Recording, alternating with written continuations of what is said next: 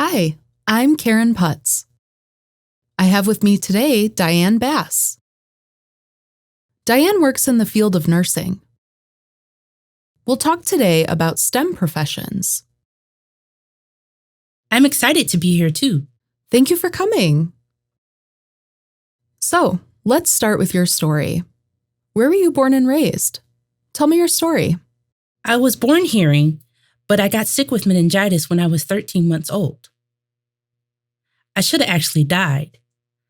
My mom and my family all got together during this time. Luckily, I'm still alive. But I had to relearn everything: physical, hearing, learning, and all of that. But I did have hearing loss. From 13 months old to 3 years old, my mom kept me only around my family. She didn't put me in therapy. She didn't take me to the hospital or anything. She just kept me around my family during that time. When I was around 3 or 2.5 years old, she started taking me to some kind of program.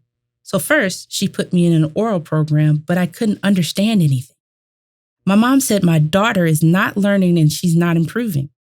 So then she put me in a cued speech program to teach me cued speech. And then that didn't work out. Then she put me in a total communications program with ASL, and my mom noticed that I was picking up more in that program, so she kept me in that program. But keep in mind that I went to, I think, 9 different elementary schools. 9 different elementary schools? I went to 2 of the schools twice, but they kept moving me around from school to school.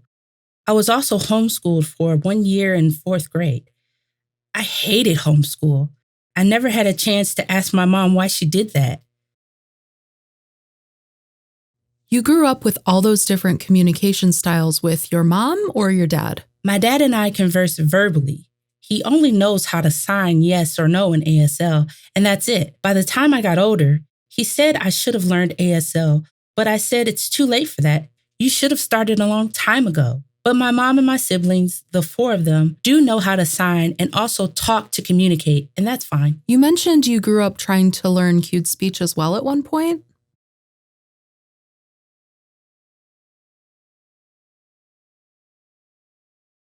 Yes, I did try cued speech. I went into speech therapy for it, and it was over my head. I had no concept or understanding of it, so it didn't work for me. For other friends of mine, it worked fine, but it just wasn't for me. You felt comfortable with signing. Signing is easier for me, and also when I sign, I understand them better. I listen better in ASL too. I was never labeled as hard of hearing. When I went to school, they said I was deaf, so I just said I was deaf ever since then. Then people started, That's your identity. yes, You see yourself as deaf. yes. And then people started looking at me, like at work or college, and they would say, no, you're hard of hearing. You can talk and I understand you. And I was like, no, I'm deaf, period. It doesn't matter if I'm hard of hearing or not. I'm deaf and that's it. So stop telling me I'm hard of hearing. People would be like, but. And I was like, no, that's who I am. And I'm telling you I'm deaf. That's it. They'd be like, okay, fine. So when you were growing up, were you exposed to deaf or hard of hearing role models? I don't have a lot of role models in my life who are deaf that I can look up to. But I did when I interacted with other deaf people in school. They would bring in good role models. They had Deaf Professionals Day. I remember looking at them and seeing lawyers, judges, not judges, but lawyers, doctors, nurses, and just different kinds of professionals. I worked with them all day.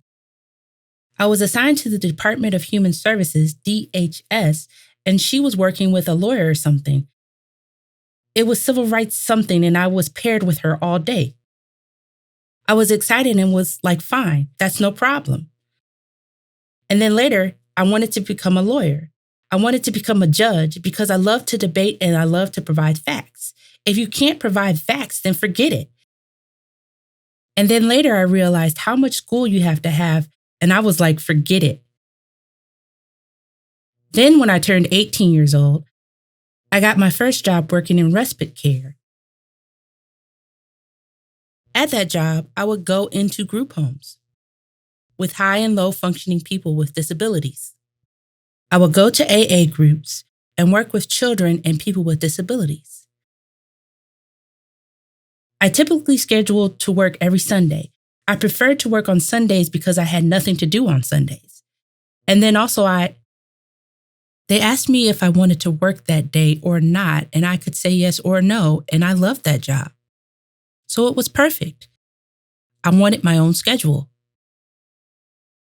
That word, respite care, what does that mean?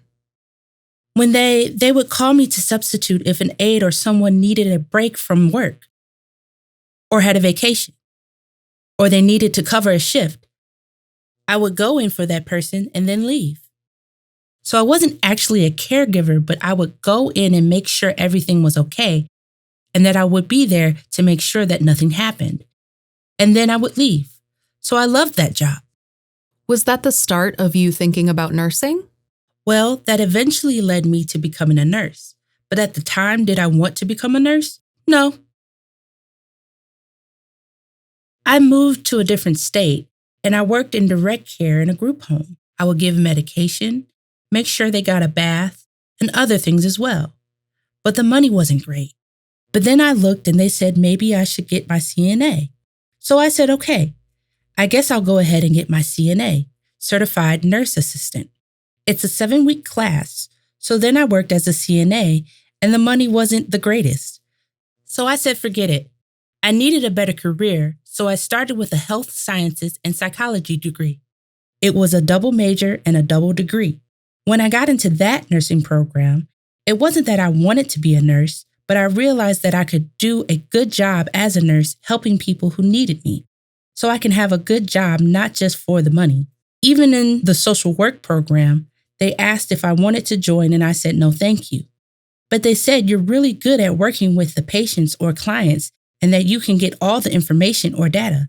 When we did practice with client analysis sessions, when we would have interaction modeling in class, I had a knack for drawing out the most useful data. Everyone else could see that I can work with people and that I can get enough information to figure out how to help each person. They said that I start a good relationship with people, and I was like, do I really have good relationships with people? Not really, but I can, and I know how to do it. I know how to get what they need in order to provide the help and support they need. Wow.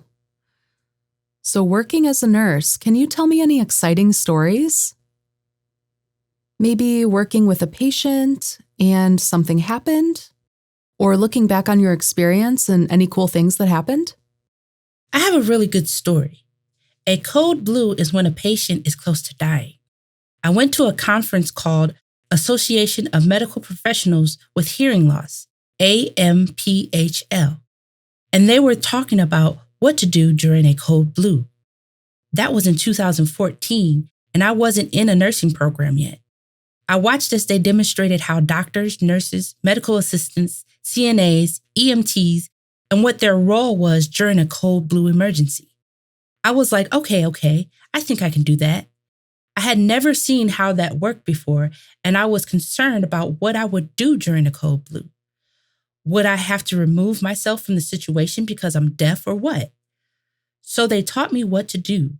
Again, that was in 2014. And now flash forward to me being just about done with my nursing program. At that time, I was working at a rehab center. The woman was about 250 to 300 pounds. She was big. Her heart was getting ready to give out. The nurse that was working with her was small and she was giving chest compression, and it was weak. I got my CPR certification because I had to, and I know how to do chest compressions properly. But I was watching that nurse give chest compressions and the AED machine was saying, push hard, push hard. So I'm watching, and there's another nurse standing nearby, and there was an aide standing outside the door looking in. And I was like, you guys aren't going to do anything? You're not going to help? You're just standing there to watch this patient slowly die? I was like, oh no. I said to the nurse, do you want me to help? And the nurse was like, oh yeah, go ahead. So I started chest compressions, and while I'm performing CPR, they're like, good job. I was doing chest compressions until the EMTs and the ambulance arrived, and she lived. Oh, wow. I was like, wow, that nurse can't do this job. I need someone who can save the patient's life.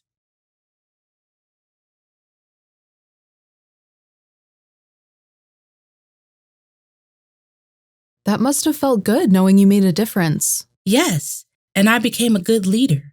I didn't just stand back because I'm deaf. No, I went ahead and did it. And people were like, oh, wow, she knows what to do and how to do it. It's not because you're deaf, but it's because you know how and you've been trained for it. You took the classes. You went and learned how. And when something actually happens, you know what to do. So that was a really good memory. You followed your training. You followed your gut. Yeah, that's so important.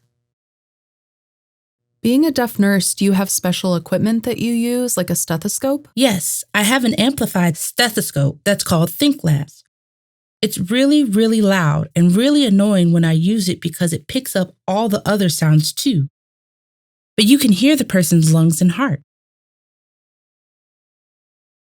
You know what's funny? I do clinical rotations, and I said something to my preceptor about wanting to go into the ER. I didn't want to do med surg. I wanted to go to the ER because it's where I want to work. My preceptor group was like, okay, fine. We can't do all of our time in the ER though. I was like, please, please, please. I also begged my classmates too, and they were like, okay. They all were willing to do it for me. So we went to work in the ER. One of the patients had 6 gunshot wounds. And I'm standing there observing the patient, and the interpreter was present while I was trying to figure out how to help. The phlebotomist came and they said I could help with the blood draw, so I said, okay. The interpreter, I noticed all the doctors, the nurses, the techs, and everyone confused about why an interpreter was present. Why is she here training if she's deaf? When everything was done, I asked the doctor if I could see the x-ray of the gunshots. And he was like, okay, fine, go ahead. And he was like, oh, you're deaf? And I was like, yes. And I have an interpreter here. And he was like, okay. And was like, so what's the problem? And he was like, well, I'm not used to it. And I was like, I know you're not used to it because you don't have a lot of deaf people working here, right? If you had a deaf patient, how would you communicate with them? And he was like, yeah, okay, that's fine. And then one of the phlebotomists came up to me and was like, so you're going to become a nurse? And I was like, yes, I want to become a nurse. And they were like, oh, so when you graduate, you want to work in the hospital ER? And I was like, yeah. And they were like, how would we communicate? And I said, that's why an interpreter is present. They were like, okay, but who pays for that? And I was like, the hospital has a budget, right? They were like, oh, okay, but how? And I was like, if you had a deaf patient, what would you do? You'd hire an interpreter, right? But if I'm here to work with deaf patients, then you don't need to pay for an interpreter for them. And they were like, oh, I guess you're right. I guess that's fair enough. And if they really want to know, they need to ask you. I was like, yes. Don't be shy or scared because they thought I would discriminate. But no, they're just clueless about how, and they've never seen a deaf person work in this field. So I was exposing them to that.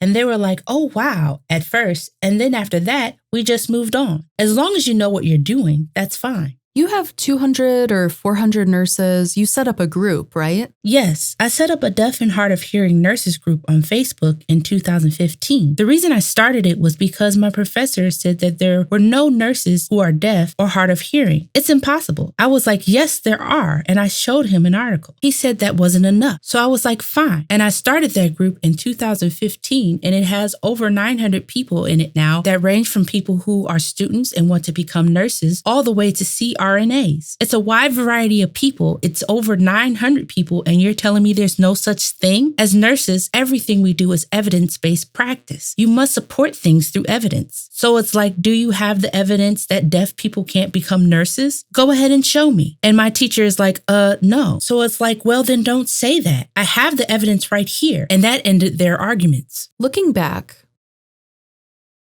was there any person in your life that really supported you, encouraged you, and helped you through all of this? Well, I was lucky I met one girl. I was 18 years old when I met her. And she was like, I want to learn sign language and all of that. And I was like, okay, I guess we can be friends. She could barely sign, but she was all excited.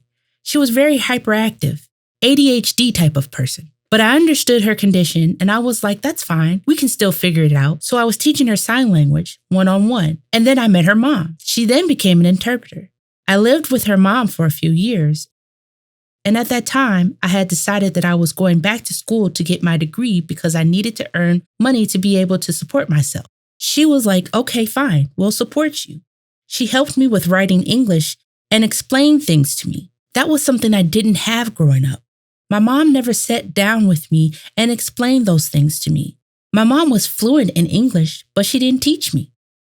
My siblings didn't teach me either, but she took the time to break things down for me to show me that's how you write. And I was like, oh, okay. The first year, I was struggling. It took me 3 days to write that paper. But by the end, I was writing papers easily, and she would review them. She told me she could see my improvement from the first year. And I was like, yeah, I guess. I have a question for you. Do you have any personal challenges on the job or in life?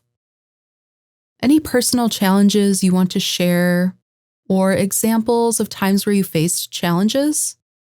And how did you solve those challenges? Well, I developed panic attacks as well as high and intense anxiety. I remember the first time I had anxiety when I was 13 years old, and I felt like I was going to pass out. The teacher was like, "You're fine." And I was like, I can't stand being outside in the sun. So I was able to stay inside, and all of the other students were like, "That's not fair. She gets to stay inside." I was excited about that. And then I went to a museum and I got the feeling that I was going to pass out. The teacher told me to just sit in the chair while everyone else walked around. And I was like, yes, I get to take advantage of this. And then much later, when I moved out on my own, I started feeling more anxiety and panic.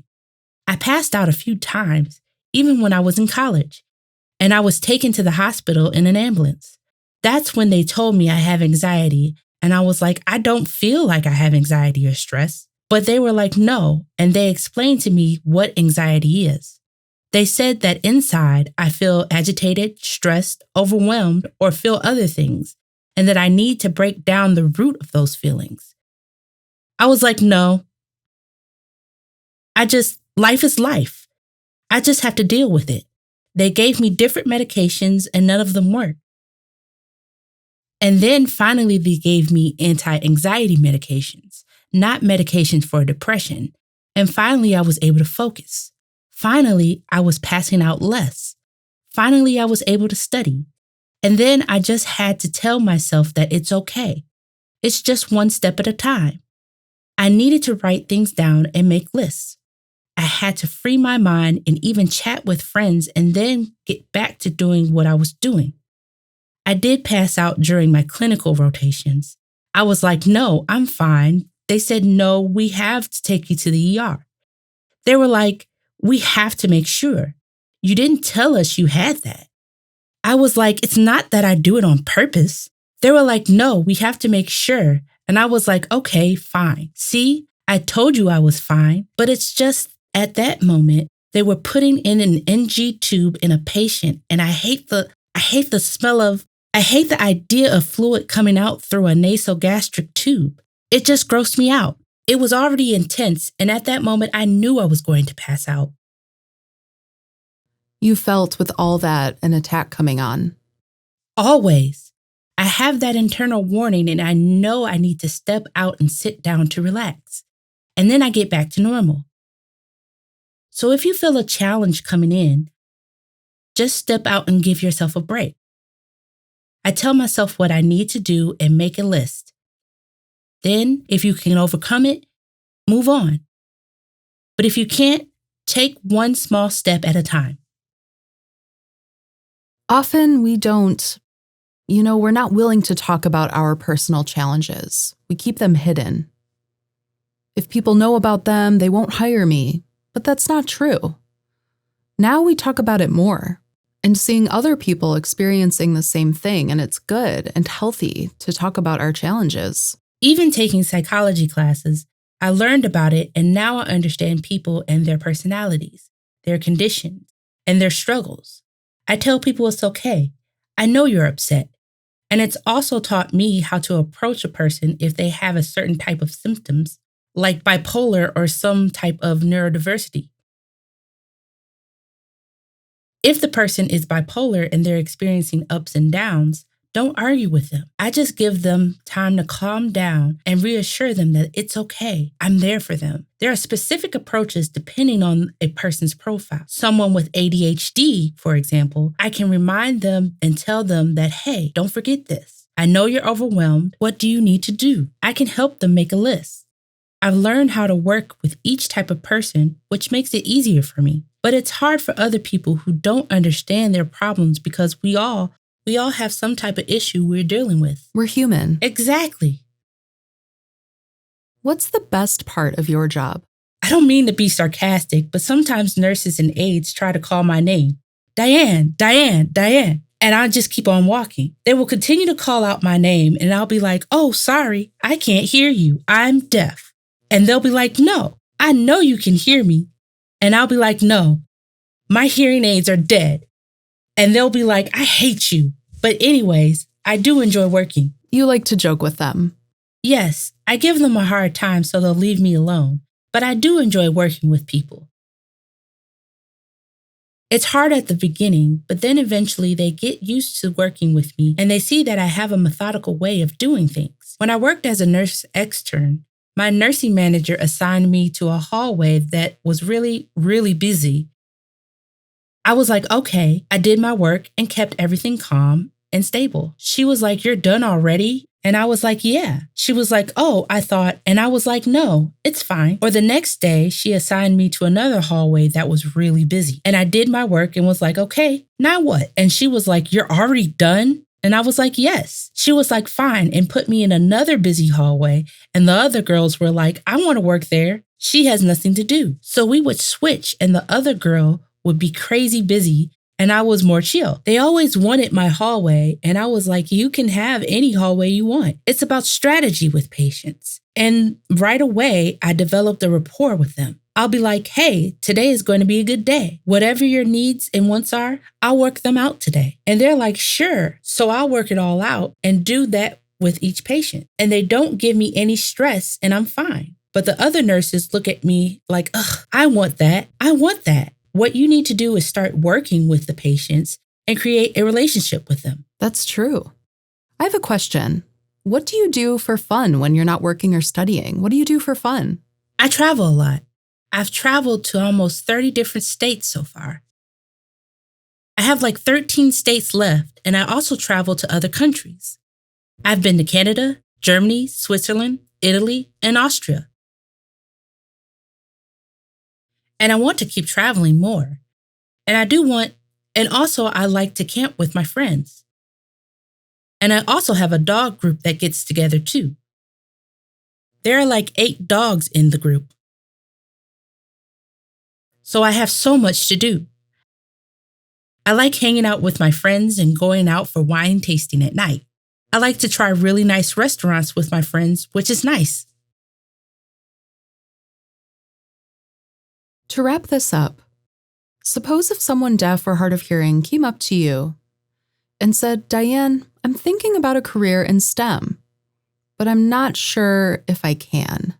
What would you tell them? First, I would say go for any job that has the opportunity to shadow.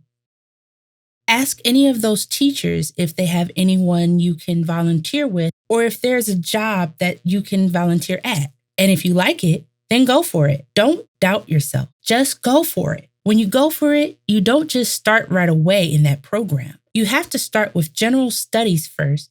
And then if you like that program, then perfect. If you don't, then switch to something else. And it's easy to switch because those other classes will apply to something else too. And also develop a network too.